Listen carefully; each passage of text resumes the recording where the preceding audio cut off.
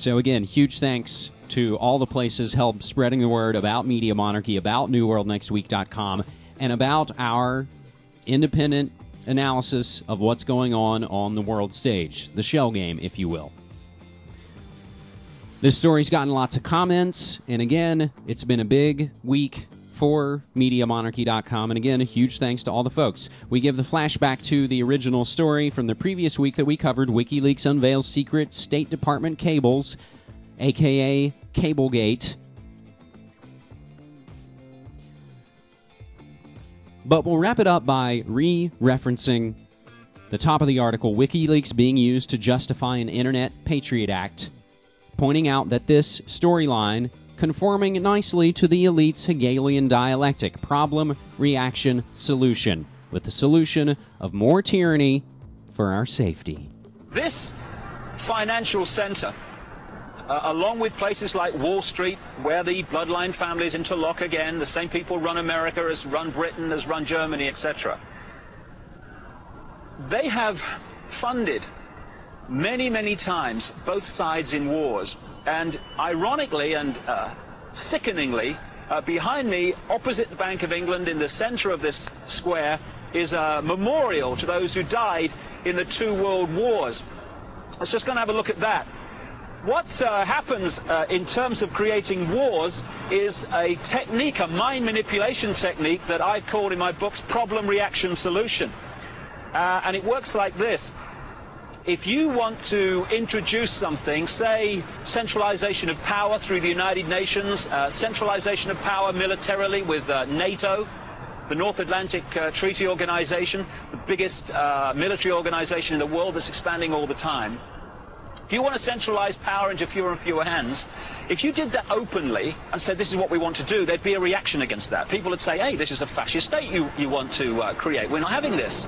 But through this technique of problem, reaction, solution, you can actually manipulate people to demand you do what you want to do anyway. So it works like this. First of all, you create the problem, but you get someone else to be blamed for it. You then report that problem through the media in the way you want it reported, because the media is owned by the same people that own the banks, and etc. You get the public to react to your problem by saying something must be done, this can't go on, what are they going to do about it?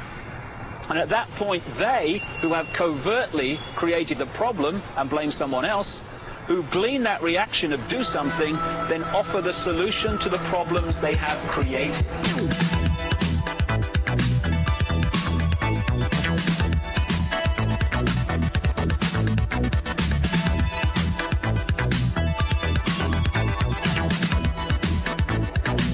Like this. Problem, reaction, solution. Problem, reaction, solution. Problem, reaction, solution. Problem, reaction, solution. And it works like this. If you tell the people they have an external enemy, they'll follow you anywhere.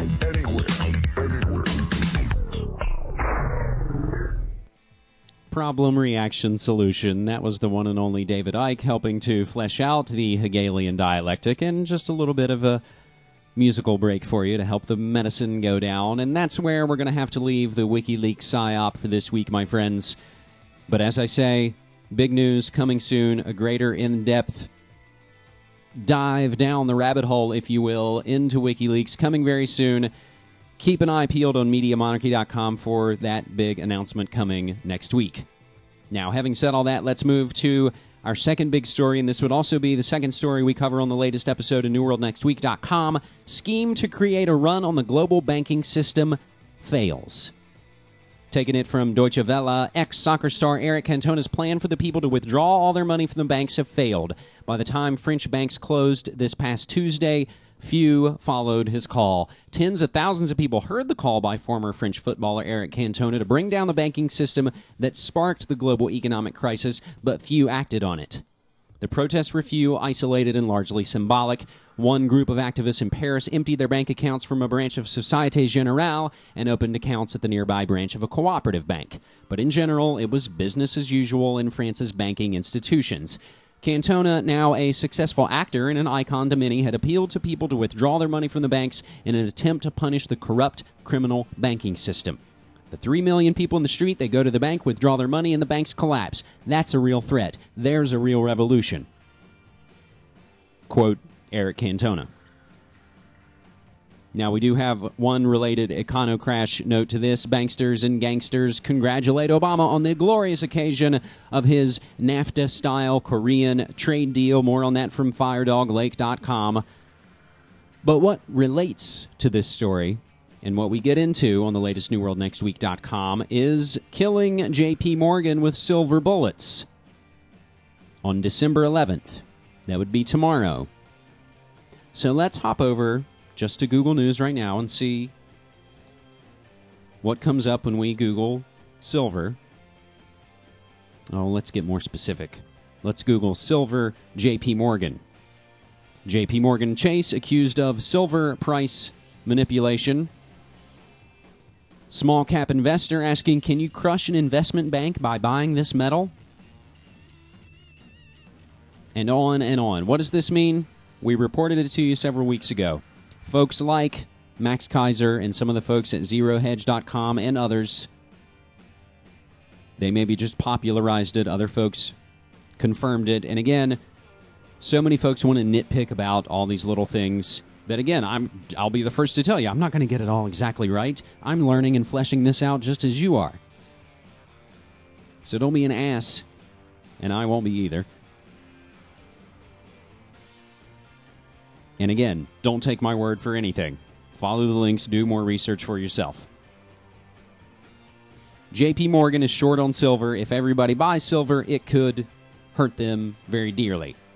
So this goes back to our post in November, killing JP Morgan with silver bullets. And I believe even our man Clyde Lewis of GroundZeroMedia.org is connected up with Portland gold buyers. I believe you can get silver that way. I believe I'm going to try and go through APMEX, American Precious Metals Exchange. And even if this doesn't destroy the banks, it's a great way to get started on getting some precious metals, getting something in your hand. Physical, tangible. Our other related econo-crash note is its own post, and it comes from CNBC, but we think Cryptagon.com.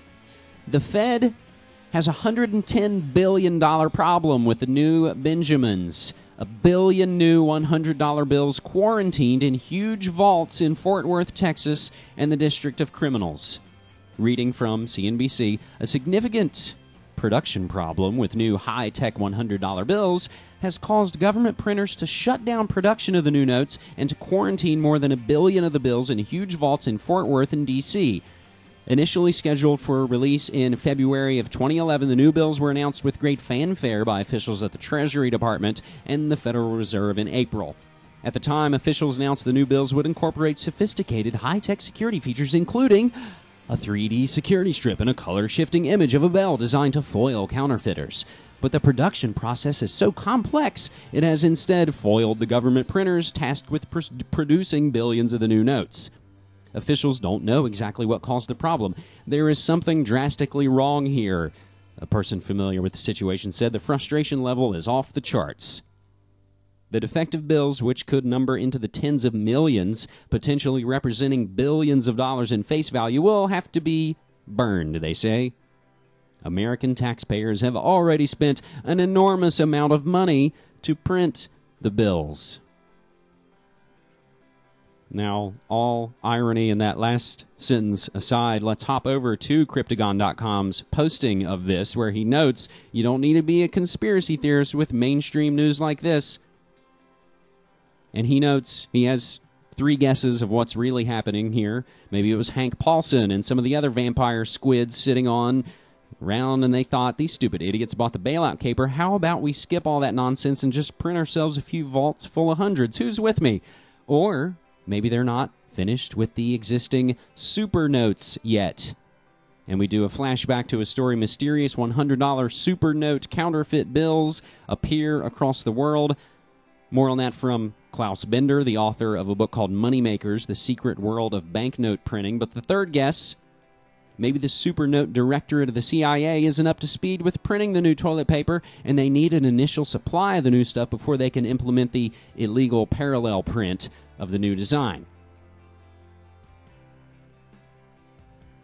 Funny money indeed. The Fed has a $110 billion problem with the new Benjamins.